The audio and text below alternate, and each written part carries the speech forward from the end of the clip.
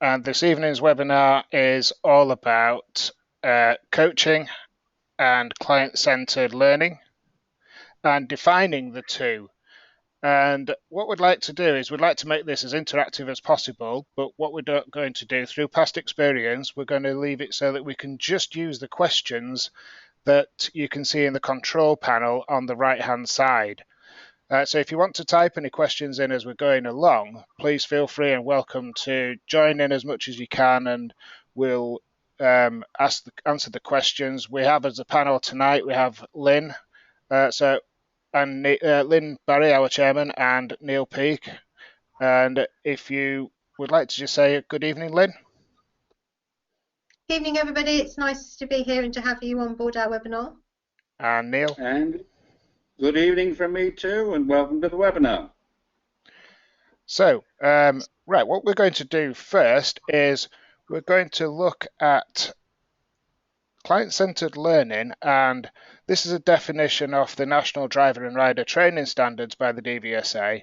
And I'm going to hand over to Lynn to just talk about this part just to start with.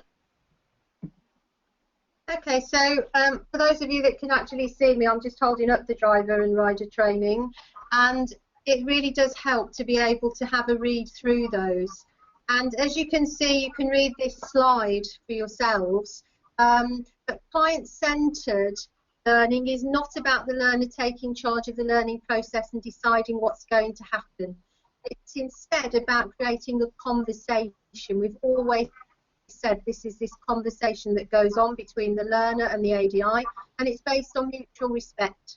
And this approach is based on the idea that people resist taking on new thoughts and understandings if these three things underneath are not in place. So the person who's trying to teach them fails to respect and value the idea of who they are. The person delivering the learning is not seen as genuine, and the person delivering the learning is not seen as having legitimate authority. Inside the, Ed, are you going to put up the other piece of paper with the 4 elements on it? Can do. Thank you. And we'll just scroll down a little bit. There's your 4 elements, Lynn. Okay, so within this driver and rider training, there are actually 4 elements which should be on your screen now. And those 4 elements there are what creates this whole unit. So when people ask me if I think client-centered and coaching are the same thing, they are very, very similar here. But I would say that coaching sits in the absolute heart of all these 4 elements. So the elements make up client-centered, and the coaching sits in the very heart of it. To me, it's the best part of being client-centered. So if we're coaching, we're not telling the pupil everything, we're not instructing. I'm not saying that at certain times we might not have to go back to doing that, but what I believe is that if you have to go back to instructing at any point, then when you self-reflect as the ADI afterwards, you need to say to yourself, did I absolutely have to do that instruction? Or if I'd started earlier, would I actually have been able to coach through that better? Thanks, Ed. Thanks, Lynn. Thanks for that. Okay, so what we're going to look at now is 2 definitions of coaching. And if Lynn, have you got that book? If you can hold the book up of Sir John Whitmore, and that's Coaching for Performance, and that is one of the best books that I've read for coaching. And you can buy that one. I've seen it on Amazon, and you can get second-hand ones at quite a reasonable price.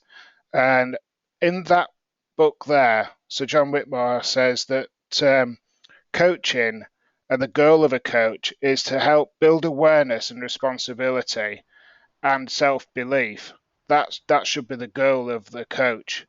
And also Tim Galloway writes in his series of The Inner Game, coaching is about unlocking the person's potential to maximize their own performance, helping them to learn rather than teaching them. And those 2 together really do go for helping become more client-centered, because if you're using coaching in the correct ways, there you are being client-centered and fitting in right with what it was talking about in the National Driver and Rider Training Standards. So when you're in the car with people, I know people have been adapting coaching and trying to come into it. There's a lot of myths out there, and one of the things that we want to do on the webinar tonight is try and bust some of those myths wide open and try and clear some of them up. And a lot of talk is about how you use coaching within the standards check. And somebody that's speaking from experience is Neil, who's just going to give us a bit of an insight as to how he's used coaching within his standards check. So over to you, Neil, about how you've used coaching and the benefits you've seen from it. Right. If I can start from the very beginning, probably in the late 70s, I considered that I was a Don instructor. I knew it all, but I always felt there was something missing. I was flogging myself to death, actually. So I then decided to learn more about how people learn. So I then attended a part-time 2-year course at Norwich City College to become a teacher, a part-time teacher, 730 teaching certificate, which I gained. And I used that for quite a few years. It really did open my eyes.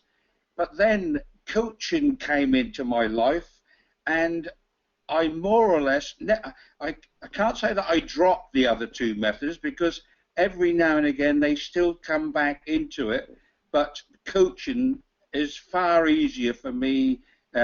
Being a driving instructor, coach, I consider myself to be a coach now rather than a driving instructor. It has helped me tremendously, and I can work all day now and not feel half as tired as what I used to by tell all the time to the pupils. Thank you. Thank you, Neil. Thanks for that. And to go with that little bit of information from Neil, we have a poll here, and I'm just going to launch this poll, and you should be able to see on your screens now. Do you believe there is a difference between instructing and coaching, which sort of follows on nicely from what Neil has said there? And if you look on your screen, we've got yes, I do believe there's a difference. No, I don't think there's any difference at all. And there's another one for not sure. So for those people that are in attendance, if you could just click on one of those and see how it goes.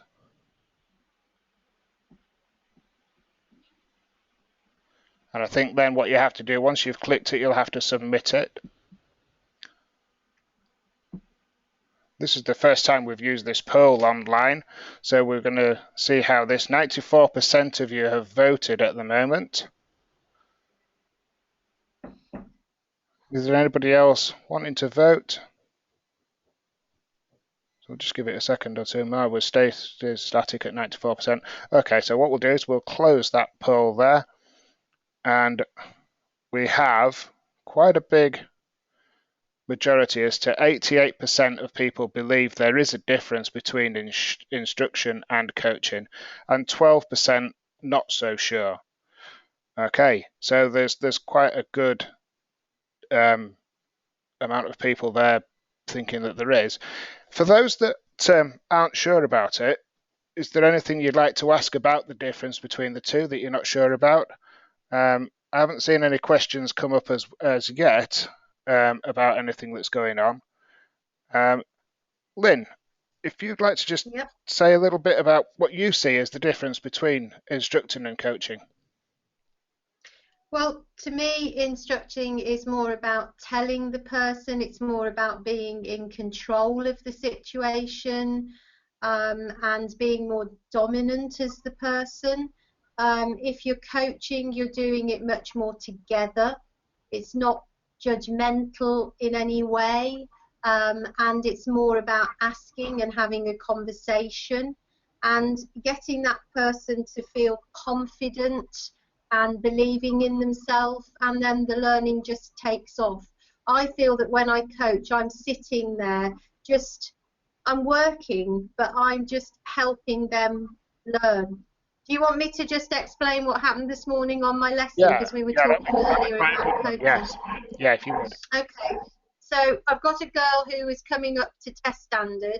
We were on a very busy dual carriageway. We came off it fine round a big roundabout, and she came off onto a national speed limit road where she just exited the roundabout, and straight in front of us, unexpectedly because we couldn't see it, was a large 4x4 vehicle doing what seemed to be a very bad turn in the road.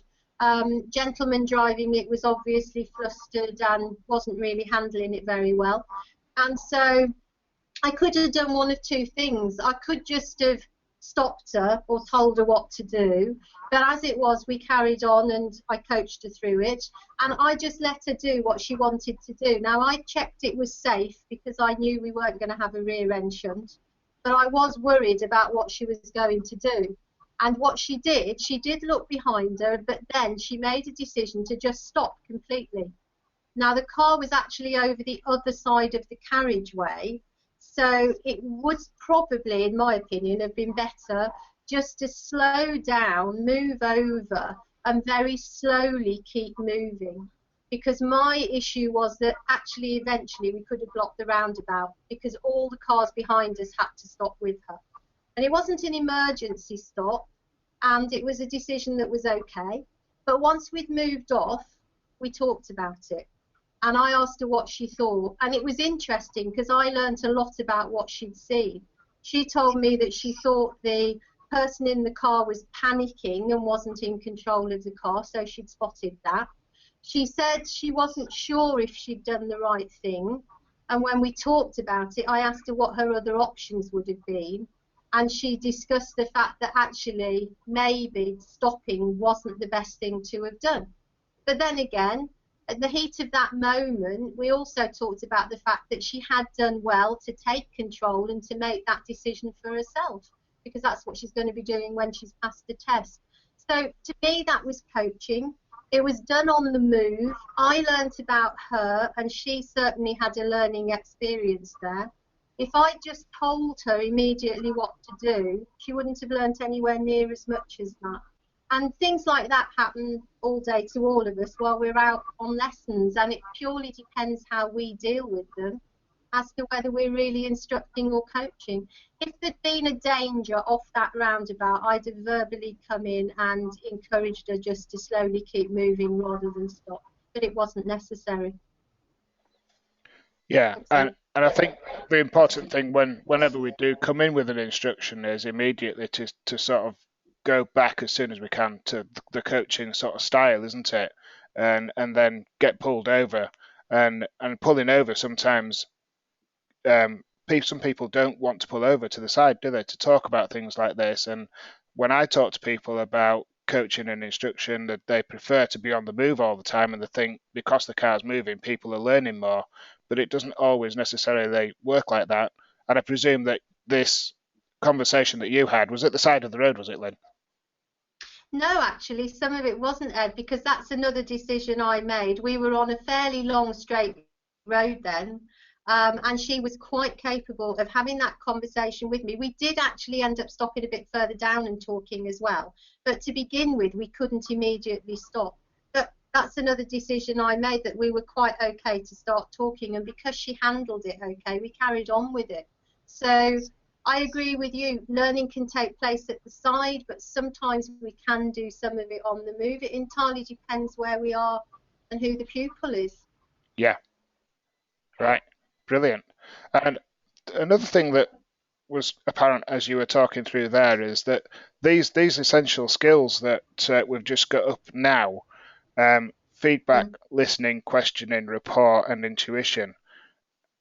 Could you sort of go through to help people understand how they might fit in to how that scenario bit developed? And if we notice that maybe all five of these came into that. Yes, I think they did. I won't take them in order. Listening came in because I needed to listen to what she said. I learnt a lot about what she'd devised from what happened just by listening to her and her concerns afterwards.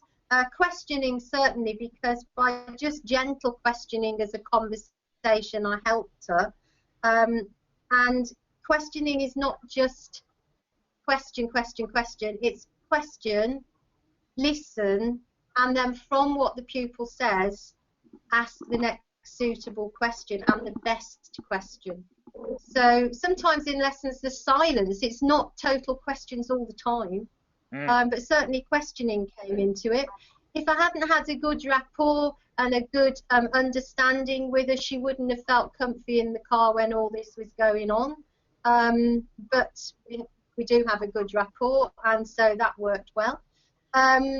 Feedback, I did give her feedback as she was doing it afterwards, and explained after she decided which of the things she might have done in the future. I gave her feedback, but my feedback was positive because she had made a decision. She kept us safe, so well done on that. But always learn from what you've done, and actually, was there something else we could have done? And if that whole thing happened again, what would you do next time? Would you choose to do the same, or would you do something else? And intuition, I think I was just aware that she seemed quite happy with what was going on. She wasn't getting upset by it or anything. I think that's how I use my intuition on this one. I suppose that's good rapport as well. You don't use your intuition bit all of the time. Yeah, and the intuition also can be based on things that you see. There can sometimes be very subtle differences in body language, voice tone, and even what the spoken word is might be different, isn't it? So intuition can be quite evidentially based as well, can't it? As well as just having that gut feeling that that person's maybe not quite settled or giving an answer that you think they're giving just because that's what they want you to hear. There's different sorts of intuition that can be used, isn't there? I think so. I mean, I think, Neil, you're good at intuition and understanding people because you listen well and then you use your intuition. Isn't that right? Yes. If I can explain my last check test, standards test. I'm still at the old brigade. At the start, of course, you have to explain the risk assessment business. I explained nothing. It was all up to my candidate, my pupil. I led with a few questions when I felt that she was stuck, like saying to them, whose responsibility is it then? And what percentage? When do you think I will intervene? In other words, what I'm doing is I'm feeding them little bits of information so they can tell me and not me tell them. You get me? Yeah. Yeah. Good. Shouldn't we also say there, Neil, that you didn't know the girl that you took on your standards check, did you, before that day? I always feel it is best that I do not know the person. I can get a lot more out of them that way, and I have to be on top of my game. Familiarity breeds contempt, as they say. That's yeah. But I think that's because you're good at coaching and you're good at the intuition thing as well. I'd like to hear some questions with regards to how I would do this or how I would do that from members of our audience. We've got one question now. The first one's just come in. This one's from Denise, and I'm very new ADI with a handful of pupils, so don't have an awful lot of experience under my belt. With that in mind, could I ask, I understand, in brackets I think, how to use coaching when pupils have had a good few lessons and don't need as much instructing. But how do you use coaching with new pupils? Could you give some examples? Now, I know, Neil, you've done the video that we sometimes use on the standards check course, and I think that would be quite a good one. Could you sort of explain how you've used that? That was with a pupil that had done quite a bit there, wasn't it? Have you used coaching like that with a brand new subject, Neil? Yep, absolutely. And again, you find out from them what previous experience they've had, and let's just say they've had absolutely nothing at all, which would be a lie because they've already been a road user, they've been a pedestrian, they've been on a bicycle. So you can relate all those things as a starting point. So they're not complete beginners. They do have a little bit of road sense. Are you with me on that so far? I can just come in there, Neil. Yes. I've just heard, just lately, I can't remember where I was when I heard this, but somebody had looked at some statistics that people have been learning to drive since 3.5 years old. Just sat in another car with parents, with friends, etc. And there's been a study done that people are starting to take notice of what's happening in a car from 3.5 years old. Yes, and some of that can be bad learning. Yeah. From some of their parents or friends, etc., etc. Anyhow, going back to the person who has never done anything before, it's a question again. You are you're not instructing in a way. You're asking, what do you think these pedals are for? I like to start at the bottom and work my way up. I've always done it that way. And if they can't tell me, I'll feed that little bit of information to them. Let's start from the accelerator. I would say to them, what do you think makes the car go? And of course, it's the usual reply as the engine, blah, blah, blah. But then you work easier and easier questions until you get to the accelerator. And then how we should use it. How do you think you should use it? You should be forceful with it? Should you be economical with it? How do you think we should use it for different occasions? You can spend 2 or 3 minutes on that before you move across to the next one. And again, it's about little bits of information.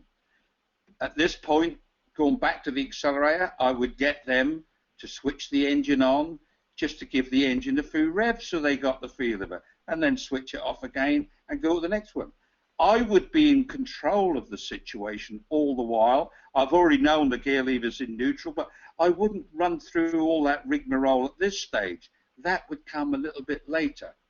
But I'm trying to get as much information out of them as I can without giving them too much information myself. Because I still believe that they all know quite a bit before they get into my car. Yeah, Can I add something go on, Ed? Yeah, you can. Yeah. Just to say that I think I can coach from their very first lesson. It's like Neil says, we do need to give them information and help. That's not necessarily instructing. But I think right from the word go, try and help those pupils to make decisions. So ask them what they're expecting by the end of the lesson. Some of them, what are their goals? And some of them will say, well, I just want to learn the controls. Some of them want to move it away. Some of them have got much further than that already. So I think sometimes we assume everybody gets in and perhaps they're the same. And I think that's where the coaching can begin. If you can, right from the first lesson, start to make them make decisions, then you're beginning that process of making them understand they are going to have a conversation and they are going to be interactive rather than you just sitting there. I don't think you leave that until lesson 7, 8 or 7. It has to start from the beginning. So a decision, for example, could be, do you want to start with the foot controls or would you prefer to start with the hand controls? I mean, let's be honest, does it matter which way round we really do this? Why can't we make decisions like that from the very, very word go? That's what coaching is about. Okay. Can I just add to that then? I do like to say to everybody, I'm going to teach you now, I'm going to coach you now completely different from the way that your friends have probably been taught. And I go on to the difference between instruction and between coaching. So they must know this at the very, very beginning, what I'm doing.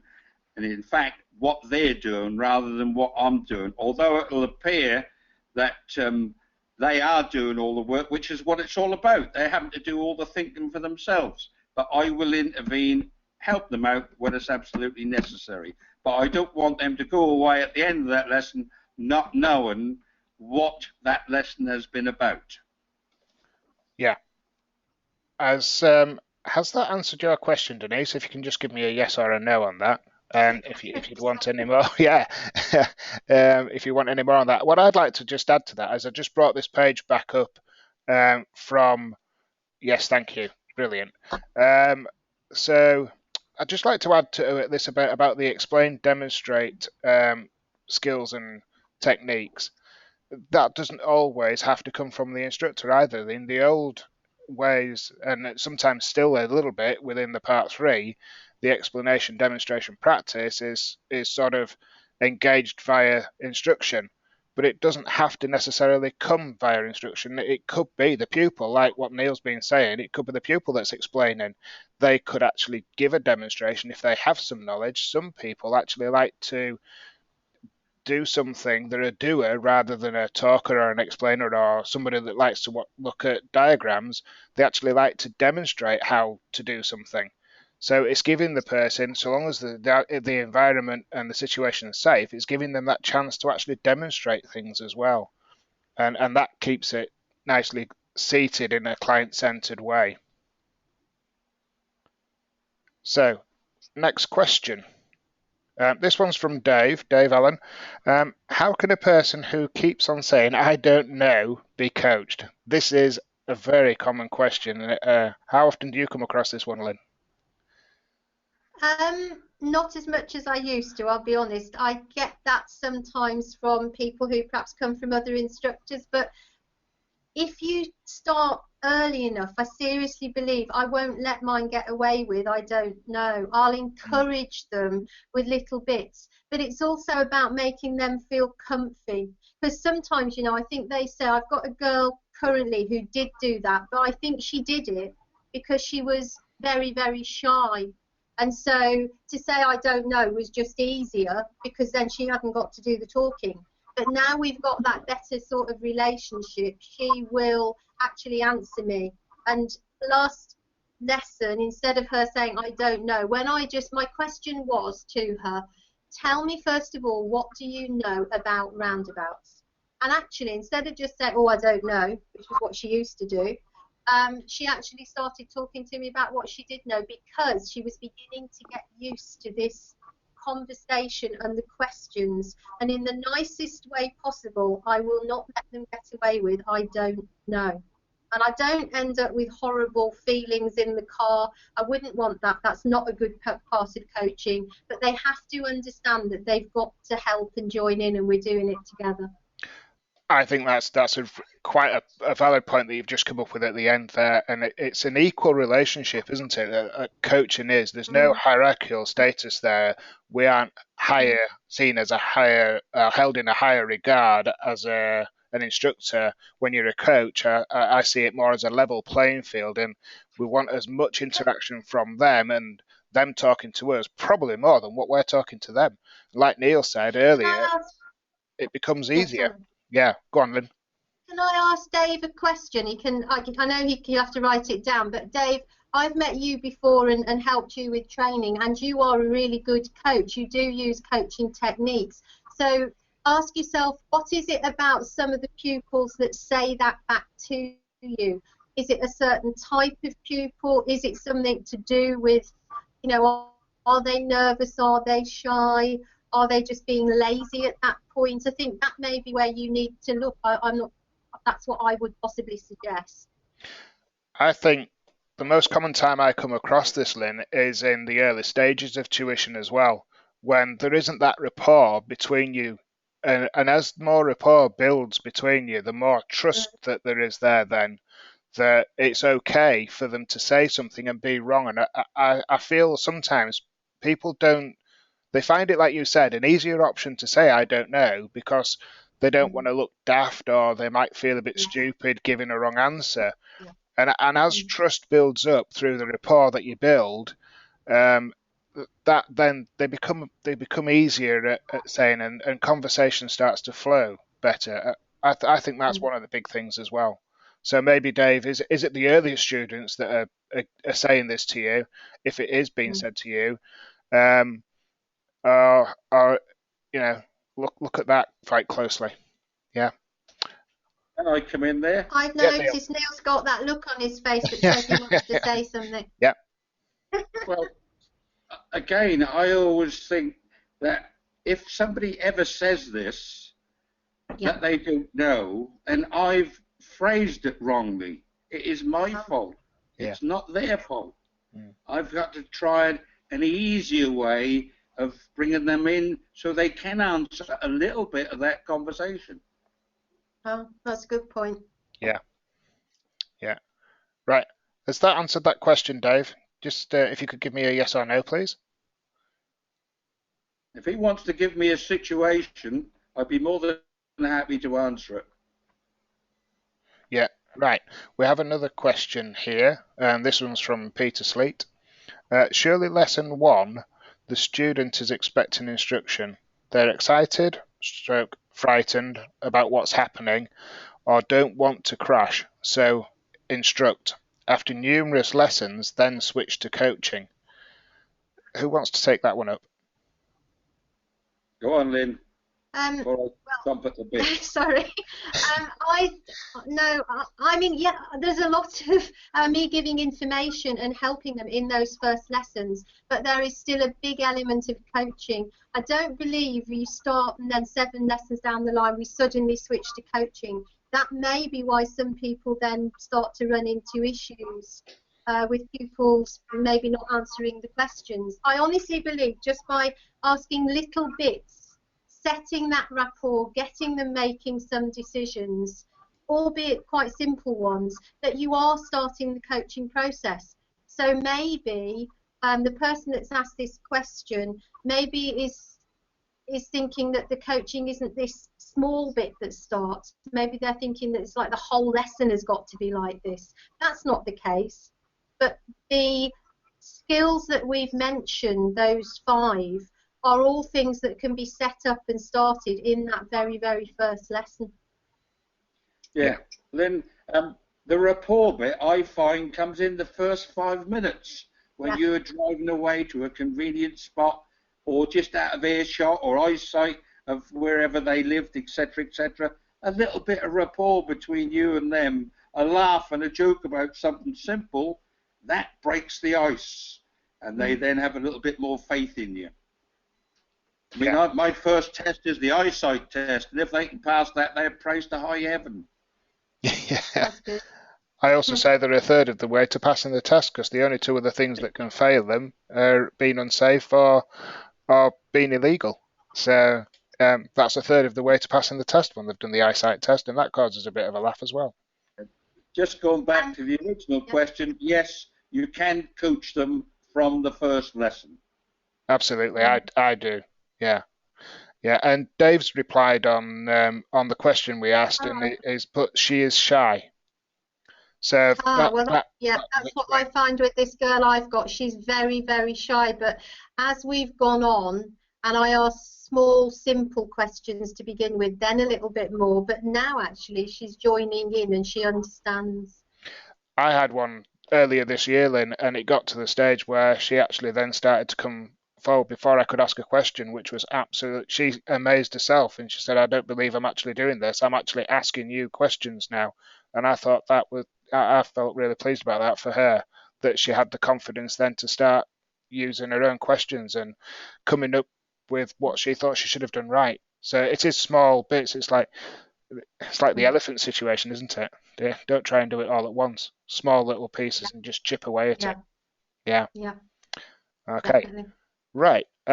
Just let me check questions. I don't think we've any more questions. So I think just to spark off a little bit more of a conversation on Can I come in there Sorry, I'm just going to ask Peter if that's answered his question, and then I'll come to you, Neil. Is that answered that question, Peter? If you could give me a yes or a no, please. Or have you got something else you want to follow up with that, as that sparked another bit of interest there? Go on, Neil. Yeah. Since the conception of the driving test in 1936, which then resulted in driving schools being formed, each generation that's come along has listened to the last generation. And we've had very, very little change in the way that we teach up until about the last 20, 25 years. It's only then that things have changed. But we've still got an awful lot of instructors whose heads are buried in the sand, who are still teaching the way they taught back in the 1930s and 40s. So, you know, that's what we're up against, is changing their attitudes.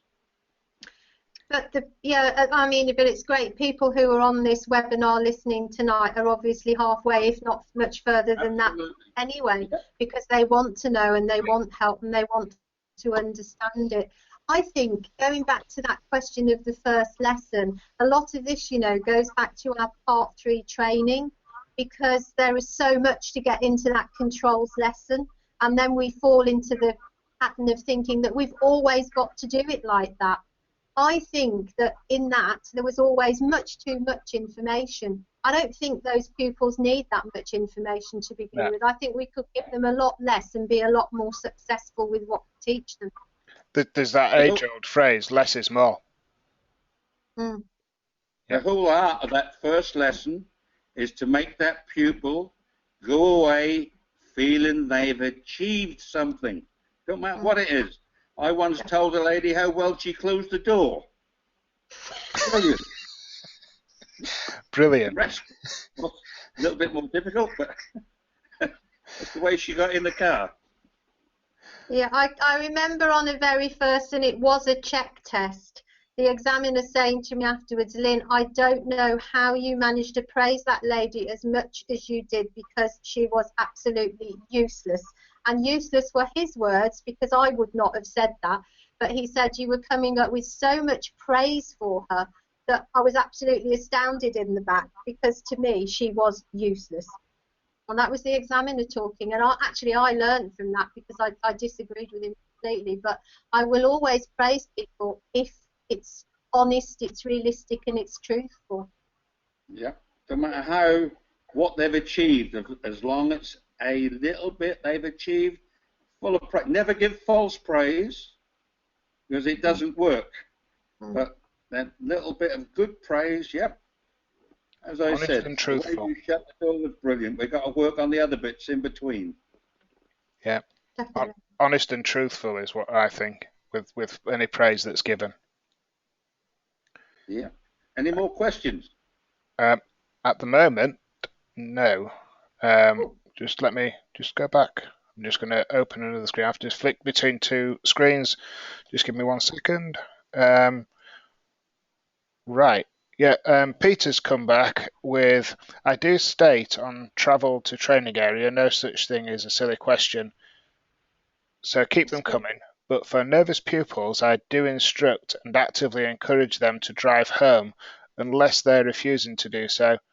But give good feedback whenever and praise them, but be honest, which is, yeah, that's something that I would recommend, is always be honest.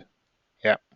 And I think the other thing is, Ed, they're all totally different. So let's not have a set pattern of exactly what we would do. Let's do what's best for each pupil.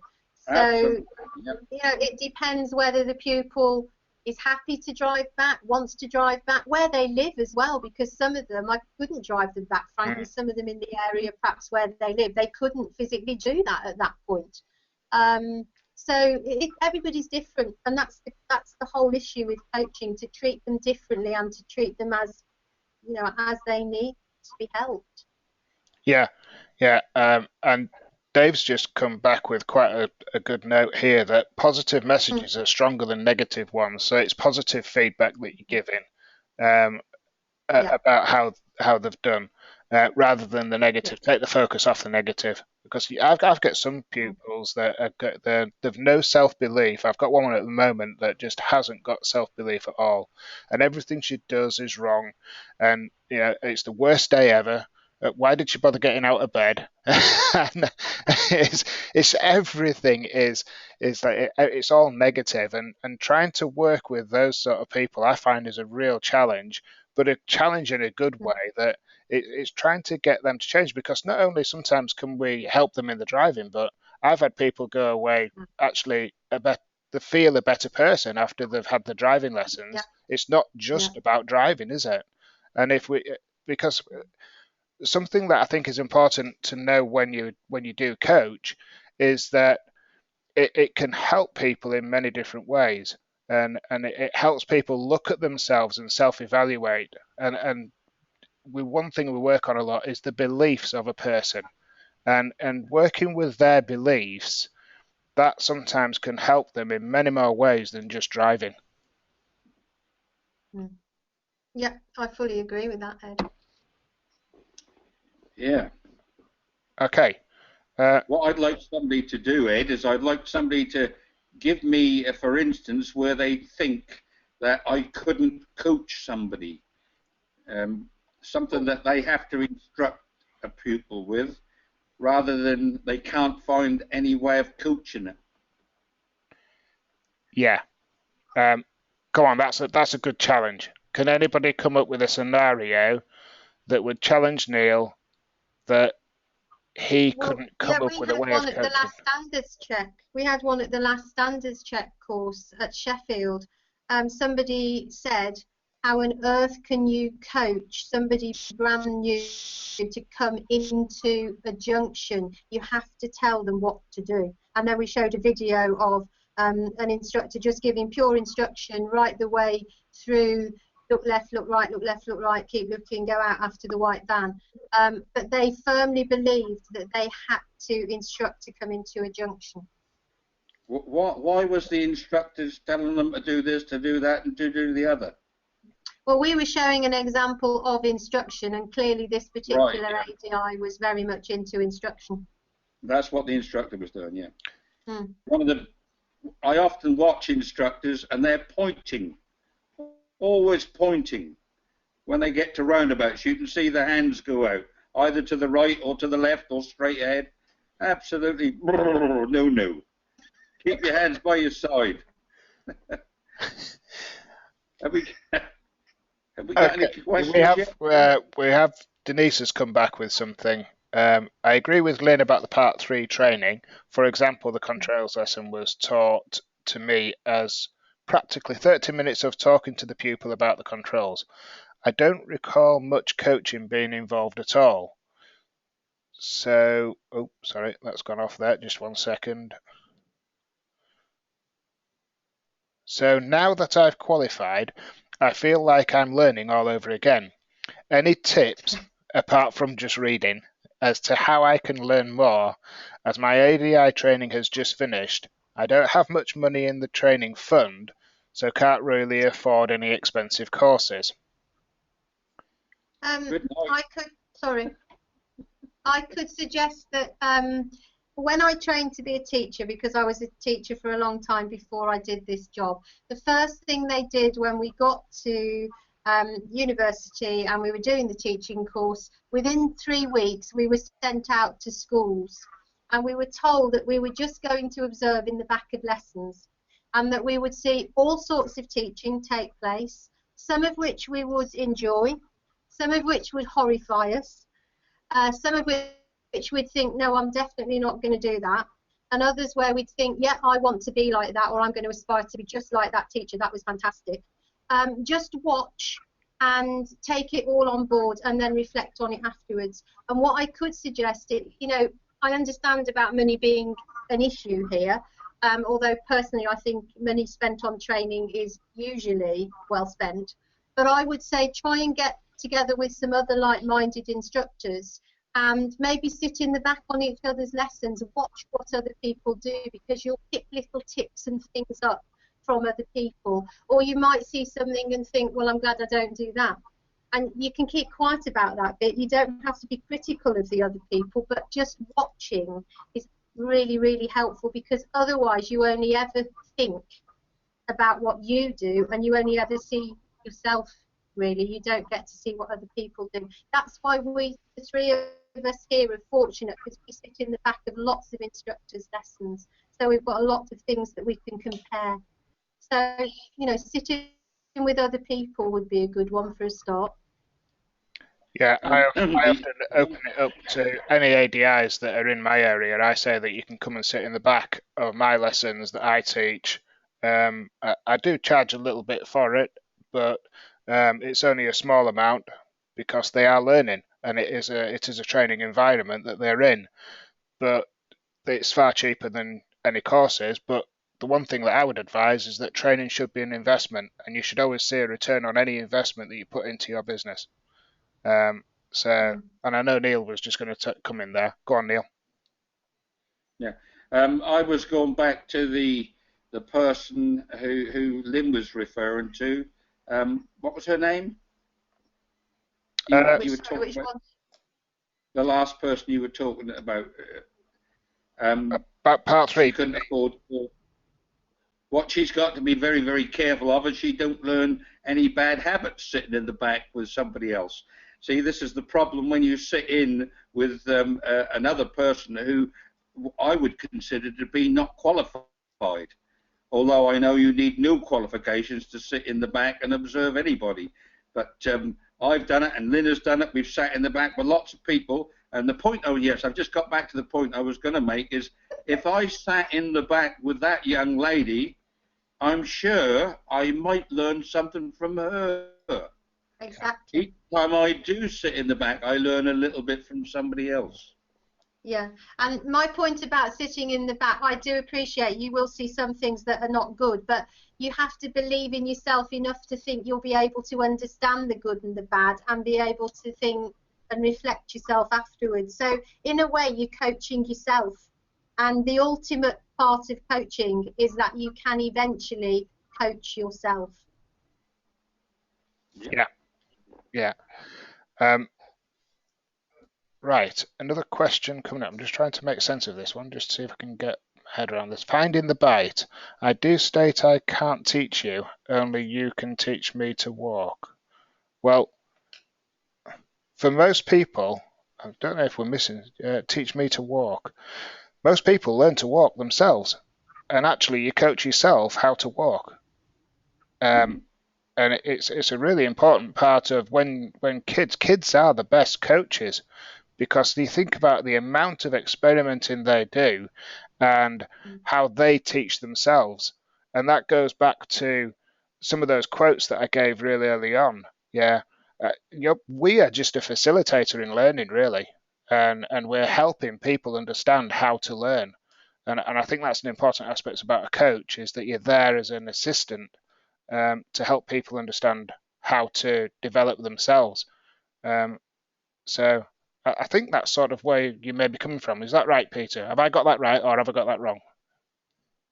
So just give me an answer. While he's answering that, Ed, just to say that what you've just said about children, the interesting thing there is, do they all do it at the same time? Do they all crawl? Do they all walk at the same time? Do they all talk at the same time? No, of course they don't. So why do we expect everybody, when they learn to drive, to be doing something by a certain stage? You know, why are we expecting so many lessons and then they'll do it? They're all totally different. That's what we've got to get them to understand. Yeah. Can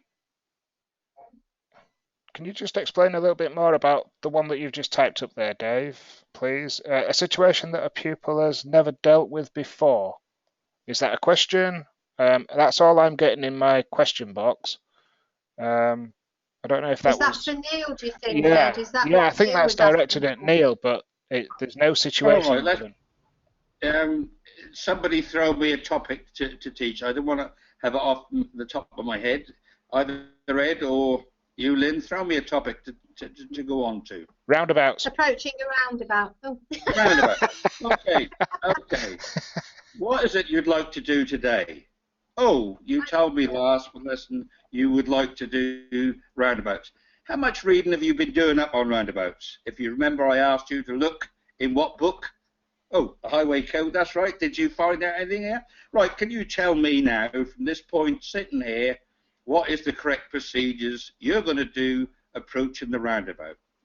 Now, this is going to give me some idea whether or not this pupil has gone away and helped themselves. I always love to give homework. Homework is something they do, and so they come back to that next lesson. I don't have to go through it. They've already done the hard work themselves. I'm just taking the credit. Now I've got to do is to make sure they can do what they've been reading about. And it does come, it takes a bit of time to get it all right, to get the speed right, to get the observations right, to get the positioning right. But there's nothing wrong with going over it and over it again and asking them how they thought it went.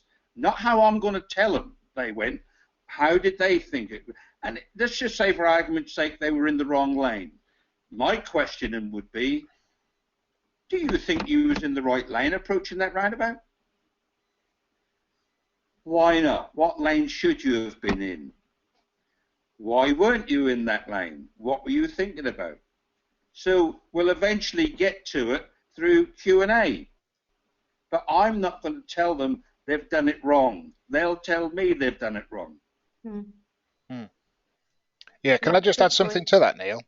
That coaching quite often may take longer to establish some of the early learning, but overall, because the client is generally finding their own answers and they're finding their own solutions, that it generally it speeds up the learning process. Because if it's something that somebody's done and found out for themselves, people tend to remember that a lot easier than having a set of sequences told to them or dictated to them, and then having to remember that sequence of events for themselves. So I think the word I like to use is consolidates. It consolidates the lesson. It confirms what they know and what they've remembered.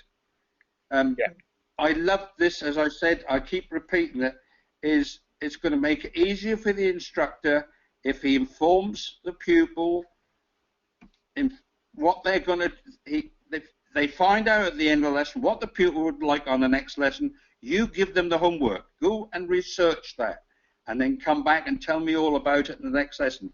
Instead of starting the lesson with what we're going to do today, and they haven't got a clue. They've had no chance to research or look up what they want to do. Yeah. Does that make sense? Yeah, that makes perfect sense. Just while we're on about the roundabouts, what we've got here is, just going back to what you said earlier, Neil, Lisa's asking, Lisa Tidswell, is why no pointing at the roundabouts? Pardon? Why not point as you're approaching the roundabout? Why keep your hands inside? A pupil will look to where you're pointing. It distracts the pupil. You shouldn't be pointing. No way in the world. You keep your hands to your side. It can obscure their view. I've seen instructors lean right across and saying, that's the way you should be going. No, you keep your hands down. Strangely enough, I was doing some standards check training today with a lady, and I'm sure she wouldn't mind me saying, you don't know who she is, but she was all over the place with her hands, telling me what to do. She's very, when she speaks, she's very like this, and the hands are going everywhere. And I did say to her afterwards, as the pupil, it's really distracting watching your hands, because I'm actually watching your hands, and then I realised I wasn't watching the road. And she said, Lynn, I've never even thought of it like that before. I didn't really realise I did it all the time. The only time I would ever perhaps point or really help somebody is if they've got really serious problems with left and right, and we've discussed it and they want extra help. Then I might just confirm lefts, rights by pointing for a little while until they actually get better with that. But that would be all. If I can come back on that, Ed. The person, what was the guy's name who now said that? It was Lisa Tidswell. She asked, if you can ask that person, how many examiners do they see pointing? Yeah. There you go, Lisa. How many examiners do you see pointing? Yeah. Hundreds of them, they got to say. Yeah. Okay.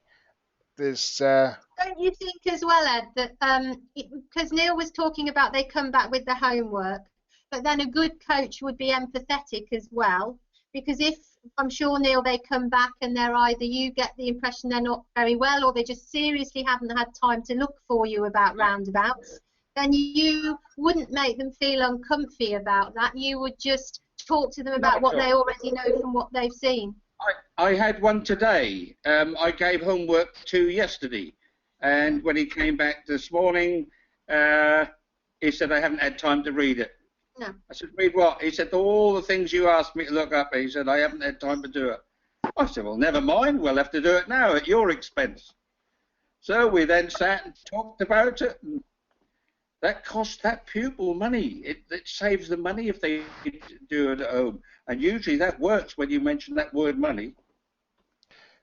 It can do. The one thing that I might put a counter argument to it with, Neil, is that different learning styles of people. I've particularly work a lot with people that are very practically based, particularly farmers, and I find that quite often that, and I'm one of these. If you gave me homework, I wouldn't do it because I'm not a reader. Well, I can't work no, in that way that I would go home, read something and understand it.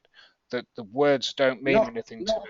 not a problem at all. I would soon know what you were like and have to use a different approach. Yeah. What I Simple as might do is that. go watch some videos. If you told me to go watch some videos, I could do that, Yeah. and learn from that. And I had one actually doing their car and trailer test yesterday. They were doing the training yesterday, and they had the test this morning. And the one thing that we did with the unhitching was she gave me the iPhone, and I videoed her doing the unhitching because she couldn't get it all in the correct order, and she tried to do things like uncouple the car without having the handbrake on, uncouple the trailer Yeah. without the handbrake on, and she just couldn't get that system in her head. No matter how many times we did it 3 or 4 times, and there was things not happening. So I said, well, how would you learn this at home? What would be the best method? And she said, well, I'd like to watch some videos. So I said, well, have you got your phone with you? And I videoed it, and she went off and watched a video in the night, came back this morning, set her to uncoupling, and it happened just like that. Because, Well, what I'd have done, Ed, I'd have taken to the person on a gradient and said, now unhitch the trailer. yeah, that might work. You could be picking your trailer up from the bottom of the hill as well. But what she did today, which was quite funny, well, it wasn't funny for her, but she came to doing the coupling back up, and she undid the thumb screw on the jockey wheel, and the trailer just dropped Yeah, straight to the floor. yeah. And that's how pressure can get to you as well. So Yeah. as much as the videos worked and it worked fine in the yard, I have never had anybody just undo the thumb screw without getting the trailer over the top, or at least coupling it up first. So there's a first for today, that one. So yeah, Have you noticed that nobody's left our webinar while we've been doing this? So hopefully people have found it really useful in some of the things that we've been talking about. yeah. And what we are going to do, this is going quite well. We've got a lot of questions coming in, fantastic questions coming from everybody, but we're going to try and keep it to an hour. So we're going to call this part 1, and our next one's going to be about CPD and the benefits of CPD. Why should you do it? So it could carry on a little bit into that next one. So we're just going to try and answer 1 or 2 more questions very quickly. We've got Peter come back. I try and make them understand that I teach them, but I'm there to assist their learning. But instruction is still required. As we've said, sometimes we think instruction is required, and we're not saying ditch instruction at all. There are times that instruction is still very important, Peter. But what I would say, Ed, there is that I think with coaching that Peter's using the terms teaching a lot. I think coaching is more about them learning than us teaching. Yeah. The only teachers you should know are the ones that come out of a glass. Pardon? Right, okay. Teachers. Sorry. As in whiskey. Yeah, that's it. You got it then. Yeah. See, I didn't have to tell you. That was coaching. Yes. I'm getting a direct instruction off Henry. Can I keep my hands still? I'm very sort of Yes, I expressionate. was thinking earlier when you were doing your hands, are you giving us a demonstration of keeping your hands? Sorry. What I'll do with you, Ed, is I'll send you a video of it. Yeah, send me a video. I hadn't realised it was quite in shot. I'll keep them down on the So table. what other questions do we have? We have nothing else. We've no more questions come through. So what I would like to do Can is we just tell ask. people that if they've enjoyed this, Ed, that we have got this first coaching day that we're doing? You and I will be on it, and probably one other person. And it's in Birmingham on November the 23rd. So if anybody's really enjoyed this tonight and wants to join us on that, email us and ask us, or go onto the website. Absolutely. And We're on going to try and keep it very the interactive. training website, there are lots of helpful things. Yeah, we've got the National Driver and Rider Training Standards. There's a link there for people that haven't. Maybe that's the first time tonight that you've actually seen that piece of 6.3, and the 4 elements that are included there. So there's a link on the training website, and also there's links to the courses that we're doing and telephone numbers to ring and the booking and everything for that. So have we got any more questions? I'll just go back across. That's the next webinar that we've got coming up on the 24th of November, 8 o'clock. CPD, do I need to, and why should I? And we're going to try and keep that one interactive as well. We like it when we get you guys involved because it answers your questions. Thanks very much for firing questions in tonight. It's been great to have them all. And Denise says, great webinar. Thank you very much. So thank you all. Thanks for attending, Denise, and we wish you luck in your early career in driving instruction. And hopefully we'll see you on one of the courses. Yeah, remember, it's an investment in your future. And we're always here to ask questions as well. So feel free to ask questions and what have you. Yeah. So, Neil, Lynn, have you anything else you want to add? No, thanks everybody for listening. And as you've just said, if there are any questions, please let us know and we'll try and get a solution to them. So good night, everybody, from me. I just want to ask one quick question and see if you know anything else. Do you use coaching in your day-to-day instruction?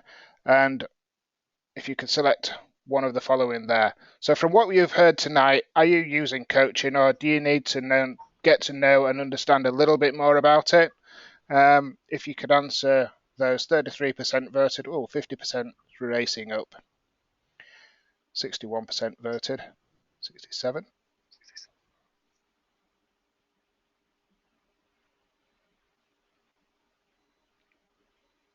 We're at nearly 90%. Does anybody want to vote? 94%, and I think that's where we were last time. So yeah. I'll close that poll there. Oh, got you guys come back up there. Just looking at the review. 81% they say they do use coaching techniques on a day-to-day basis. 19 still unsure. So join us again for when we do part 2. Keep an eye out on the emails. We're going to send everything out as early as possible to give you a chance to sign up. It's been fantastic seeing you all here tonight.